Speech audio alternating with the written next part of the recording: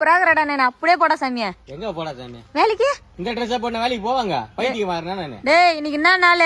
சனிக்கிழமை. சனிக்கிழமை மட்டும் இல்லடா, சம்பள நாளும் கூடடா. சம்பளம் வாங்கி என்ன தாய் தாமுகிட்ட எத்தனை வந்து கொடுக்க போறீங்க? எப்படி தாய் நாட்டுக்கு வரி தான் செலுத்த போறீங்க? அதுக்கு தான்டா குஷ்டு காவாலாம் சொரியும் கிடக்குறடா சாமியா. போற வர பொம்பெல்லாம் அசிங்கமா சொல்றானுங்க, உன் பையன் அங்க ஊந்து கிடக்குறான் இங்க ஊந்து கிடக்குறான்னு. தாயத்துல காணிக்குது அழகா ஜம்முன்னு எங்கன்னா பத்துங்க வந்து பொறுமையா ஏஞ்சி வா போதை தெரிஞ்சதுக்கு அப்புறம். நான் சொல்றேன் குடிக்கிற மாதிரி இருக்குதா உனக்கு?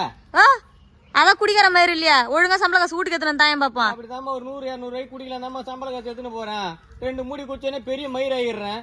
100-200 தான் வீட்டுக்கு எடுத்துன்னு வர வேண்டியதா இது. மொத்தத்தையும் குடிக்கிட்டு விட்டுறானுங்க, வாங்கி போறானுங்க. ஏன்டா நீ குடிக்கிறதே அரை முடி கால் முடிதான், அதுக்கே உன்னால ஒரு ஸ்டேடியா வீட்டுக்கு வர மாட்டேத முடியல. ஊருக்குள்ளே வாங்கி சாப்பிட்டு அதுக்காக குச்சி வீட்டுல வந்து பத்துப்பேன். எல்லாம் போராட்டம் பண்ணி ஊருக்கு வெளியே வைக்கணும், வெளியே வச்சுங்க. வண்டி ஓட்டின்னு வர முடியல, போலீஸ்காரங்க பிடிச்சாங்க. தள்ளின்னு வர முடியல, போதை கீழே வந்துருத்தாக்குது. அப்புறம் என்னதான் பண்றது? ஒரு குடி அவ்வளவு கஷ்டமா தாங்க என் குடி மேல விட்டா என்ன? எப்படி விட முடியும்?